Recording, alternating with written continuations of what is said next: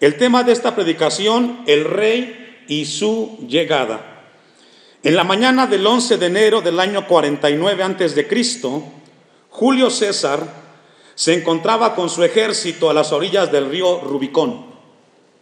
Es el río que señalaba el límite entre la Galia Cisalpina e Italia. Según la ley romana, si un general traspasaba ese límite con sus tropas armadas, sería declarado como enemigo público de la República. Así que César estaba consciente de que si cruzaba el Rubicón con sus legiones, eso sería interpretado como una declaración de guerra. Cuenta la historia que después de un momento de estar reflexionando y dudando mucho tiempo, Julio César dijo a sus soldados la famosa frase latina alea lacta est, la suerte está echada.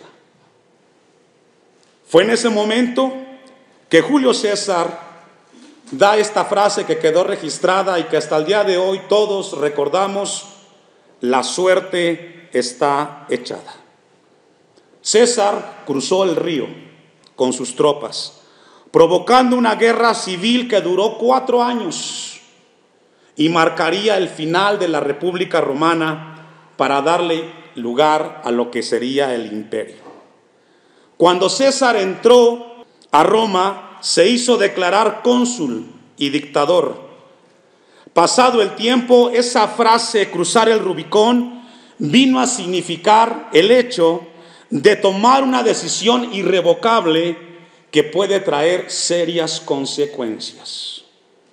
En el capítulo 11 del Evangelio de Marcos encontramos el cruce del Rubicón en la vida de Jesús.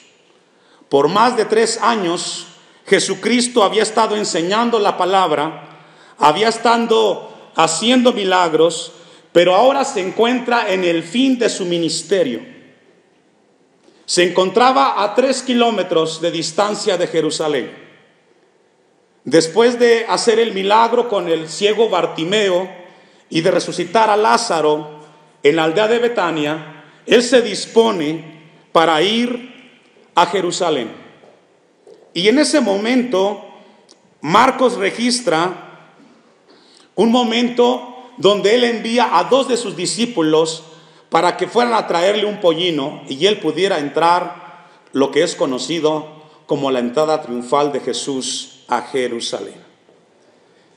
Es un momento importante y vamos a ver con la ayuda de Dios la llegada del rey. Marcos capítulo 11 versículo 1 dice: cuando se acercaba a Jerusalén. Habían 3 kilómetros, Jerusalén está en la parte alta de un cerro y Jesús está a 3 kilómetros, junto a Betfage y a Betania. En Betfage sana a Bartimeo el ciego y en Betania resucita a Lázaro, hermano de María y Marta. Frente al monte de los olivos, Jesús envió ¿a cuántos discípulos? A 2. Un discípulo es un seguidor de Jesús. Un discípulo es aquel que sigue las enseñanzas de Jesús. Y les dijo: id a la aldea que está frente a vosotros. No perdamos de vista, Jesús previamente estuvo más o menos entre 8 y 10 meses ministrando en Galilea. Ahí hizo muchos milagros y enseñó. Él no tenía el contexto de cómo estaba ubicada la ciudad de Jerusalén, ni tampoco sus alrededores, porque tenía mucho tiempo que él no estaba ahí. De manera soberana, dice el texto: id a la aldea que está frente de vosotros, y luego que entréis en ella, hallaréis un pollino atado.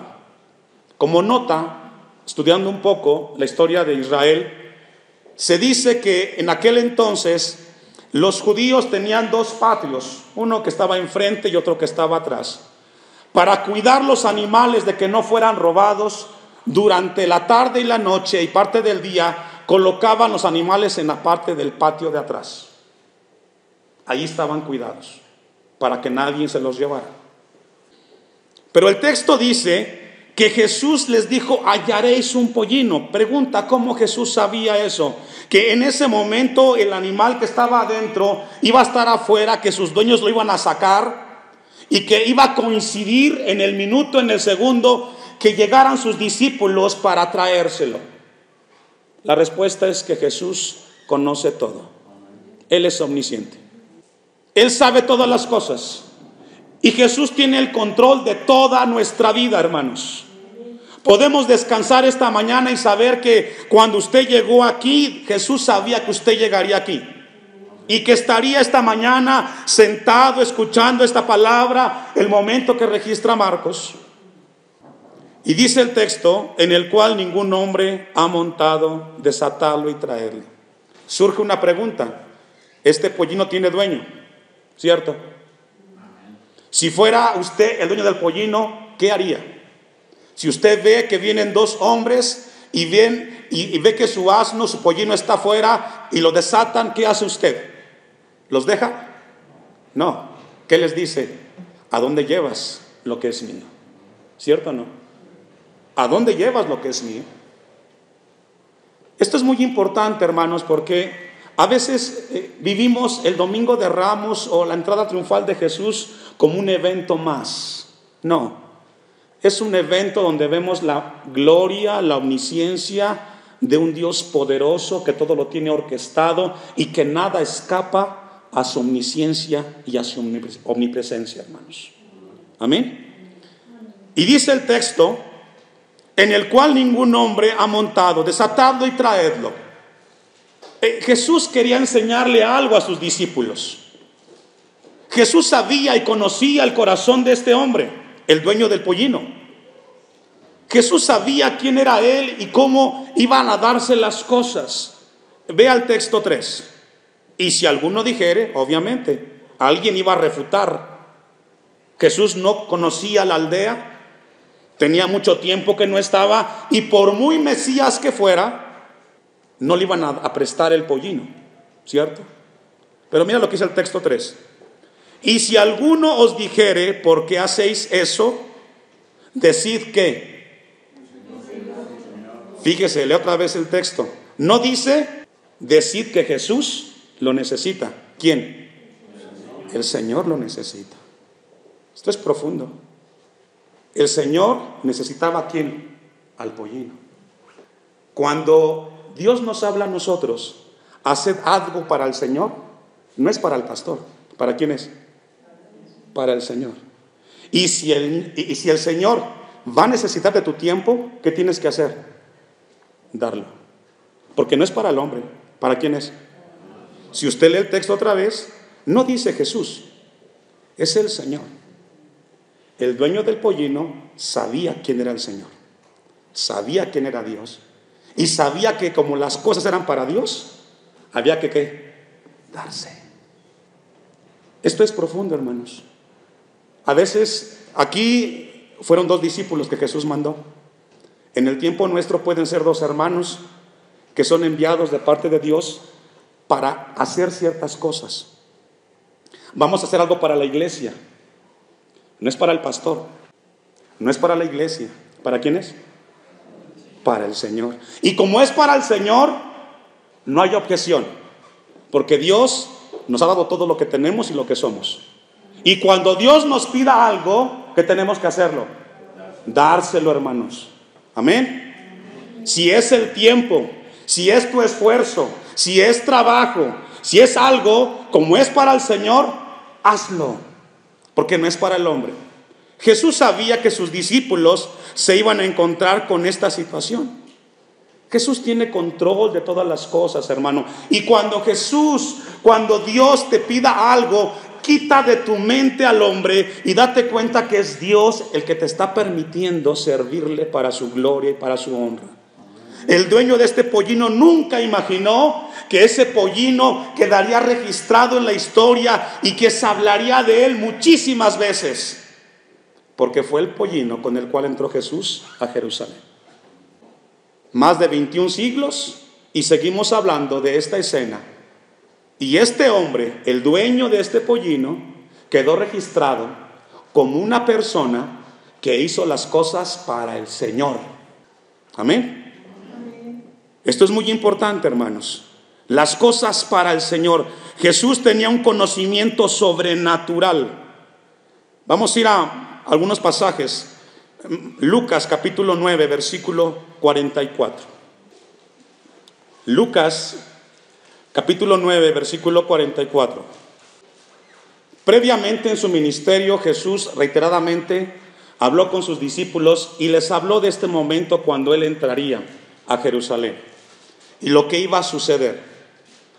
Dice Lucas 9:44: haced que os penetren bien en los oídos estas palabras, porque acontecerá que el Hijo del Hombre será entregado en manos de los hombres. Jesús les está hablando a sus discípulos lo que iba a suceder previamente en la semana que registra Marcos 11. ¿Qué iba a suceder? Jesús iba a ser entregado. ¿Sabe que nada escapa en la historia a la soberanía de Dios? Nada de lo que sucede en este mundo está fuera de la voluntad de Dios, aunque a veces pareciera que así es. Dios es soberano, Jesucristo es Dios, y Él sabía lo que iba a pasar. A los discípulos se les olvidó eso. Como muchas veces en el tiempo presente se nos olvida que Jesús tiene control de todas las cosas que nos suceden. Dice el versículo 45: mas ellos no entendían estas palabras. ¿Qué no entendían los discípulos? Que Jesús iba a ser entregado y que iba a padecer y que iba a morir. Ellos no lo entendían. Y hay muchas cosas que nosotros no entendemos de Dios para nuestras vidas. Tenemos tantos años viviendo en el Evangelio, en las cosas de Dios, y hay cosas que todavía no entendemos que Jesús nos ha dicho que pasarían en nuestras vidas, y nos sigue sucediendo como los discípulos. No creemos, no confiamos, seguimos dudando de que Dios está al cuidado de nosotros. Pues, dice el versículo 45, pues les estaban veladas para que no las entendiesen y temían preguntarles sobre esas palabras. No las entendieron. Entendieron el mensaje hasta que Jesús resucitó y los alcanzó en camino a Emaús. Hermanos, iglesia, ha sido un año difícil el que hemos vivido. Seguramente ha tenido pruebas y dificultades, y quizás pensó que su vida estaba fuera de control. Y quizás llegó la duda. Pero hoy Dios nos recuerda, hermanos, que todas las cosas están en control en las manos de nuestro Dios. Vayamos una vez más a Marcos capítulo 11, versículo 4. Dice el texto: fueron y hallaron el pollino atado afuera a la puerta en el recodo del camino y lo desataron. Tal cual. Esto nos recuerda algo. Dios hoy, todo lo que Dios te diga que va a suceder, va a suceder. Porque Él conoce el presente y el futuro, hermanos. Usted y yo no lo conocemos, ni lo sabemos, pero Dios sí sabe lo que va a pasar. Y Dios quiere que descansemos en Él. Versículo 5. Y uno de los que estaban ahí le dijeron: ¿qué hacéis desatando al pollino? Obviamente salió el dueño. Versículo 5. El 6. Ellos le dijeron como Jesús había mandado, y los dejaron. Y trajeron el pollino a Jesús y echaron sobre él sus mantos y se sentó sobre él. Momento importante que sucede en este momento en el ministerio de Jesús. No sé cuántos de ustedes han leído la novela de Corrie ten Boom, una mujer en Europa que en el siglo pasado ayudó a salvar muchas vidas de los judíos en la Segunda Guerra Mundial. Y Corrie ten Boom le preguntaban al final de sus días qué sentía ella el haber sido un instrumento de salvar a muchos judíos que estaban siendo perseguidos, exterminados por el régimen nazi de aquel tiempo. Y después de escuchar por un tiempo al periodista, Corrie ten Boom dijo lo siguiente: viene a mi mente el pollino que Jesús usó para entrar a Jerusalén. Y recuerdo esa escena y me puedo imaginar lo que sintió ese pollino al llevar sobre sus lomos al Mesías para que él entrara a Jerusalén.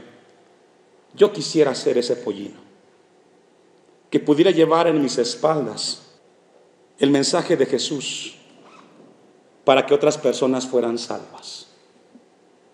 Profundo. Esta mujer dejó un gran legado, hay muchos libros que se escribieron de ella, pero entre ellos habla una novela del lugar secreto. Dice el versículo 7 de Marcos 11: y trajeron al pollino a Jesús y echaron sobre él sus mantos y se sentó sobre él.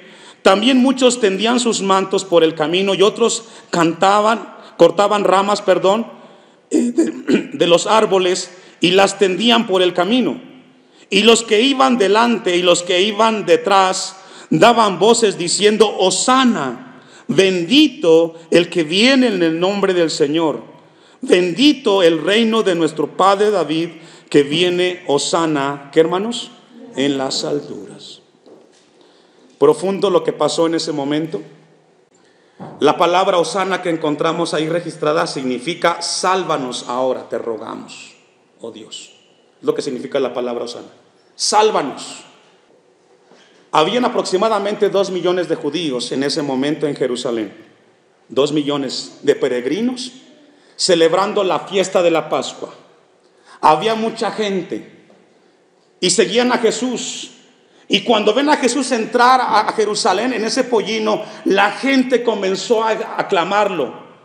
La algarabía, la euforia era tan grande y se rendían a Jesús. Ahora, ellos tenían un concepto. Recordemos que en ese tiempo Israel estaba siendo gobernado por el Imperio Romano, ¿cierto? Oprimido por Roma. Ellos sabían del Mesías, pero ellos esperaban a un Mesías que los liberara de la opresión romana. Ellos querían un Mesías que les quitara el yugo de los romanos. Y a ese rey fue al que decían Hosana. Hay una pregunta que Dios quiere hacernos en esta mañana, tarde mejor dicho, a nosotros. ¿Cuál es el Jesús que tú tienes en tu mente?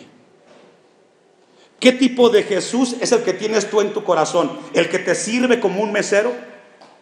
¿El que tú le pides y le exiges?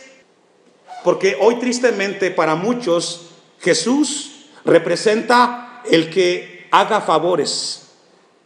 No, el Jesús de la Biblia es Rey soberano, el cual pide que aquellos que le sigamos hagamos su voluntad. Cantarle a Jesús: el Señor es mi Rey, es mi todo, no es lo mismo que ese Rey que tú le cantes gobierne tu vida en la semana. Ese Dios que le alabamos, que le exaltamos, que le tributamos honor y gloria, pregunta: ¿es el que gobierna tu vida en la semana?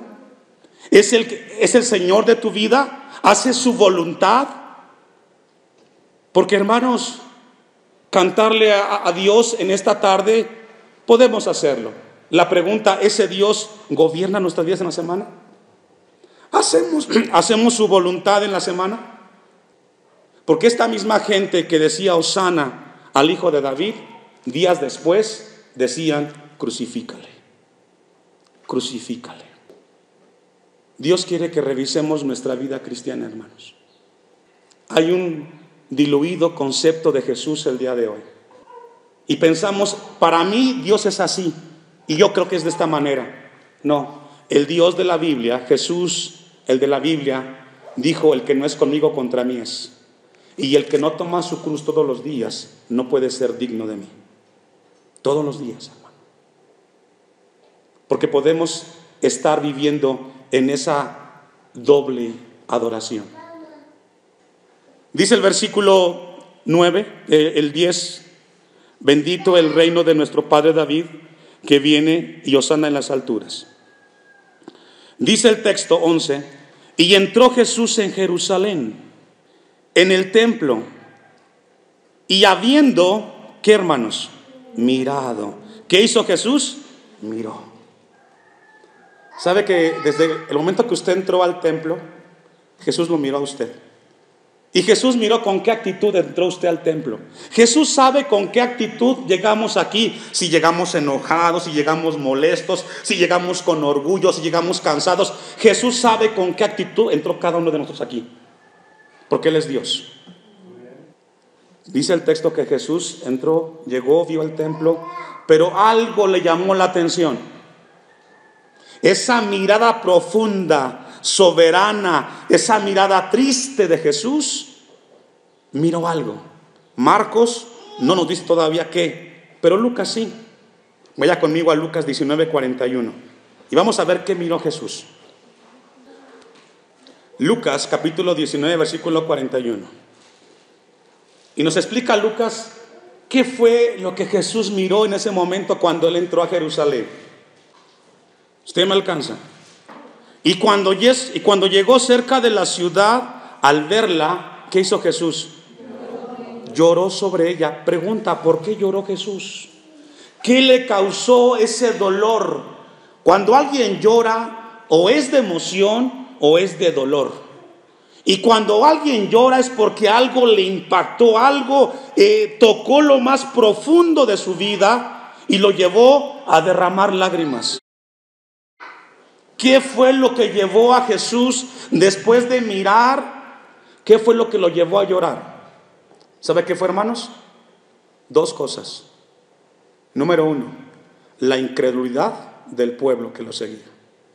Y número dos, la religión vacía que tenían ellos. Dos cosas. ¿Sabe qué es lo que hace a Jesús llorar? El ver que la gente lo siga y no lo crea. El ver que la gente le cante, el ver que la gente le adore, pero que no le crea lo que su palabra dice. Y así hay gente en la iglesia. Soy cristiano, voy al templo, pero lo que está aquí, ni lo lees, mucho menos lo obedeces. Y número dos, la religión vacía, la cual estaba basada en ritos y sacrificios. Los judíos eran expertos, son expertos en hacer liturgias. Y un servicio, hermanos, de liturgias sin un corazón agradecido con Dios no tiene sentido. Es vacío lo que hacemos. Si usted viene a este lugar solo por cumplir y no entender y no recibir el mensaje de Jesús, usted está viviendo en una religión. Porque Jesús es comunión. Jesús es una vida donde su palabra activa mi vida y donde mi vida glorifica con acciones el nombre de Dios. Que Dios tenga misericordia si usted vive en esa religión. Porque podemos hacer muchas cosas para Dios, hermanos. Hoy estamos en una Semana Santa más, 2021. Y es posible que estamos más enfrascados en la religión, en cumplir con un tiempo, con un rito y salir como entramos de este lugar. 42 de Lucas 19. Diciendo, oh, si también tú conocieses a lo menos en este tu día, lo que es para tu paz, mas ahora está encubierto de tus ojos. Porque vendrán días sobre ti cuando tus enemigos te rodearán con vallado y te sitiarán y por todas partes te estrecharán y te derribarán a tierra y a tus hijos dentro de ti, y no dejarán en ti piedra sobre piedra, por cuanto no conociste es que. ¿Sabe que es una bendición hacer lo que estamos haciendo? ¿Sabe la bendición tan grande que es el tener el conocimiento de Jesús? ¿Lo estamos valorando?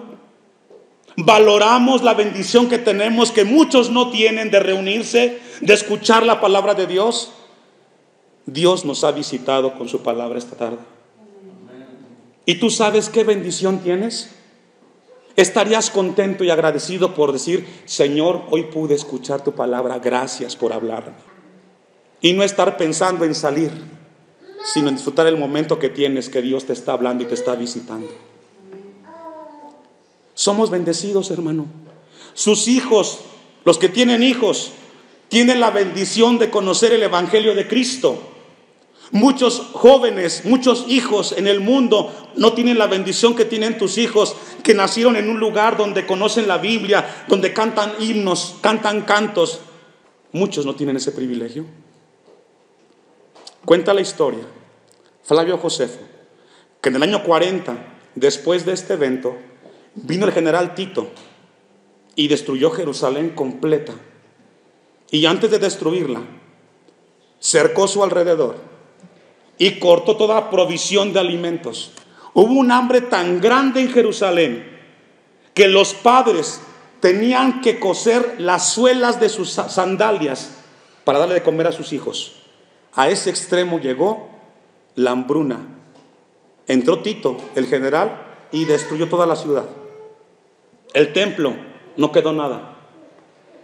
¿Y sabe por qué, hermanos?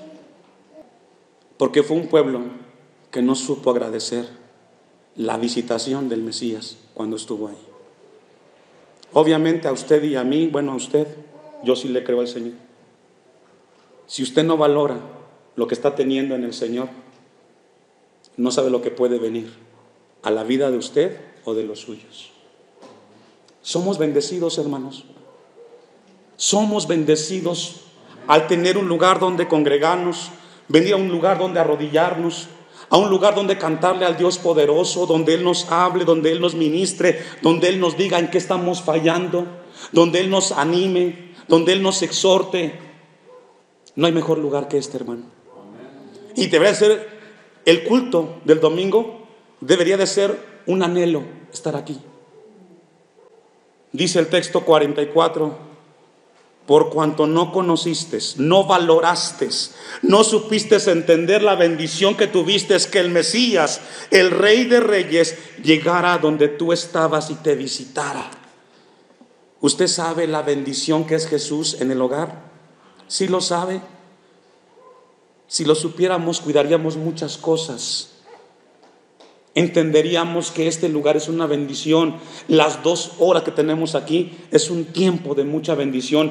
Nos alimenta nuestro espíritu, nos fortalece nuestra alma y el Señor nos sostiene, hermanos. Eso fue lo que Jesús miró en ese momento. Un corazón duro de los judíos, un corazón empedernido, un corazón lleno de soberbia y de orgullo, y eso le provocó lloro. Así inicia la semana de la pasión de Jesús. Vienen muchos días por delante. Dios quiera que nos permita volver a vernos el próximo domingo. Pero Dios quiere que te lleves en esta tarde en tu corazón este mensaje. Realmente Jesús es tu Señor. Realmente Jesús es tu Rey. Si es así, vive en su voluntad. Decía un pastor: muchos en el templo cantan tú eres mi Rey, pero durante la semana yo sigo siendo el Rey. No, Él es el Rey. Él es el Rey de Reyes y Señor de Señores.